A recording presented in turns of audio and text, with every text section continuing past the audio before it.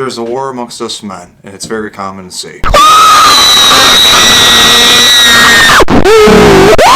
Lord help us all. It's the war on common sense. Now, luckily, common sense is just common, so little reminders for it can easily just put it right back into place. Compare your risk to the reward. Plain and simple. If there's too much of a risk, I wouldn't do it. If there's much more of a reward than the risk, try it. A great way to test this risk and reward is to go into a social setting. You gotta go into the attitude that there's really no risk if you have enough character and you come out as just you as a normal person. Just go into the situation with socializing with people as you are gonna get some kind of reward out of it, even if you don't feel like you are. Because there's a lot of people in this world, and you can just keep searching, have good enough character, and just be yourself. You'll get those rewards more than thinking you have a risk. Trust your gut feeling. Now, this gut feeling is just something that cannot be explained. It can only be felt. And I know a lot of us in this world, a lot of us men have felt this feeling. It's a really big instinct us men have, is with our gut. Because us men tend to think stuff through, and when we go through that thinking process, we take into account with our gut feeling as well, a lot and most of the time. Because as we're thinking, we're just taking into account of everything that's going on, because we want to make the right decision. In a good way, I have seen that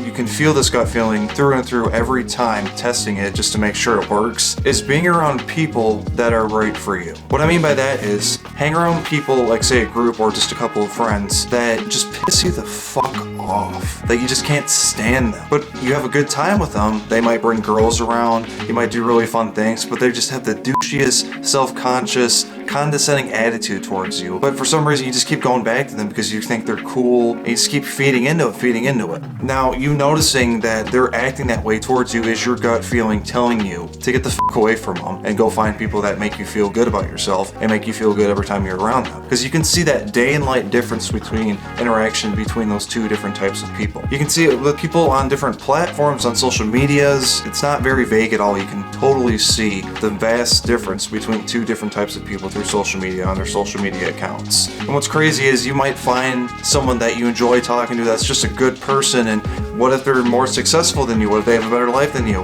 When that person acts that certain way towards you, that just you knowing your gut that they're a good person and just nothing goes wrong when you're around them, that is a great way to test out that gut feeling, because then you can compare it to someone who's all flashy online, very douchey, and you get a sense of dopamine for a sec. Obviously, when you're done watching it, you get a sense of kind of like disgust because you're just like kind of resentful towards yourself, but you do not feel that resentful feeling when you're talking to the person or looking at the person's social media that makes you feel good about yourself. You do not feel that resentfulness. Resentfulness does go with your gut feeling. Take perspective of the situation. Stop having arguments and have fruitful conversations. So, rule of thumb, nobody wins an argument. They very much are pointless. One person gets really hurt from it, the other person obviously wins, but wins what? They don't win shit. It's just an argument. They were more pissed off towards the other person, and they supposedly made their point better in a conversation, I guess, but that's just not how conversations go. Conversations go with you seeing both sides of the conversation. Fruitful comes into play. See that person's perspective compared to yours. Just see where they're coming from and agree why they're coming from it, and then just put your place into it of why you're coming from there. The thing with arguments is they hold grudges, and sometimes arguments just don't go away. You may win one argument, but you might run into that same person and you might have the same argument. If you win an argument, supposedly if you think you won an argument, that person is not going to feel right. And that argument is either going to be brought up constantly when you talk to that person, or that person's just going to hold a grudge on you for that argument. And who wins in that? Why would you want someone to have a grudge on you? You don't want that. You have to realize it's okay to be wrong sometimes. If you are wrong about something, and you're called out on it, laugh about it. It's hilarious. That's just the best way to go about it, because I've been in so many situations where I was wrong about stuff, and it would be in huge groups, and I would be literally having a mountain of salt on my shoulders piling me as everyone turns around and just laughs at me in a huge circle, and I'm right in the middle of that circle. But once I've learned to catch my faults as I'm being called out and just laugh my ass off and just be so enticed by it, that whole group of people that would turn around and laugh at me would start laughing with me. Don't act like a petty dickhead and vandalize a whole situation and relationship. We can't act like assholes. and we have been known to have the not give a fuck kind of attitude. Now, it's a good thing to have, to not really give a fuck when you really know what's going on, so you don't have to give a fuck. But the thing is, it affects you and your character when you really just don't give a fuck. Diving more deep into it, a person, say, that has no character basically, does bad things, treats people horribly, and just doesn't give a fuck. They just keep doing it over and over again because the reaction they get from people is, he is that way, and he's not going to change. And if he's got that I don't give a fuck kind of attitude, like, I don't give a fuck, I'm gonna act like this no matter what. it's just going to be that way for him forever, and it's just going to be bad, and literally has no character from that. Then you get these people that do it,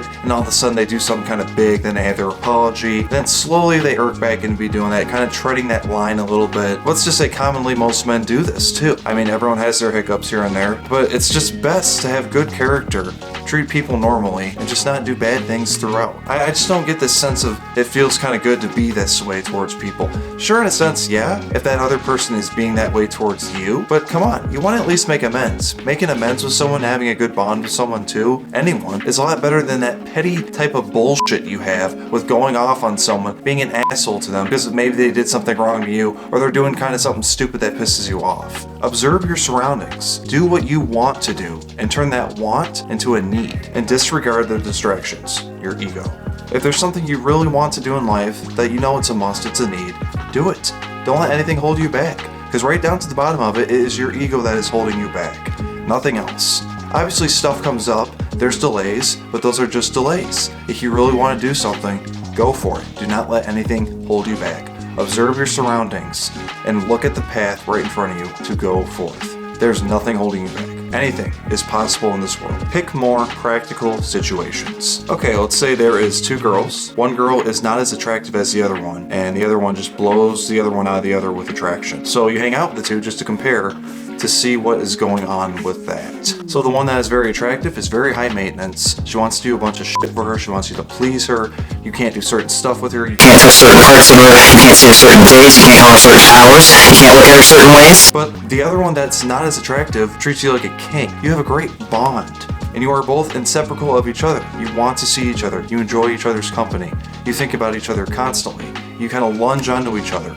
Now, what's the most practical situation in that? Obviously choosing the one that you get along with most. And as you see with that situation, comparing to the two, you are more attractive to that person who wants to see you more. And you'll be working a lot harder than smarter if you just go with a more attractive, high maintenance type of person that's not even as interested as you as you'd like to be. Now, obviously, this one is a huge role play in this whole world. This fun world we live in now is think before you speak. Words have impact. Now, that is very true, but I use it more in a common-sensey way. And obviously, don't say stuff that's offensive. It's good in a joking sense. If you have a good bond with that person, if you know that person, if you know how to level up to that person and warm up to them, and you know you'll get a nice reaction from them, that's fine, because you know each other. But if you don't know that person, and if you come off with such a out there type of attitude and sentence towards them, they'll take it the wrong way, and they probably won't even talk to you ever again. And obviously with this day and age, you might get thrown in jail. It just all goes back to having good character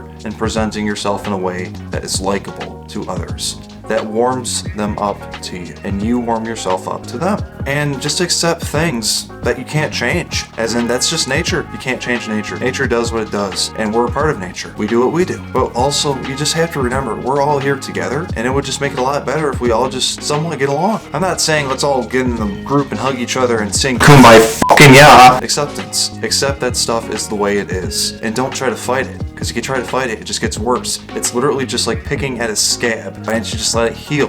Why don't you just let it do its thing? Let it do its thing. There's stuff you can't change. Who cares? Move on. Let it do its thing. Thank you guys. You're gonna have a good day.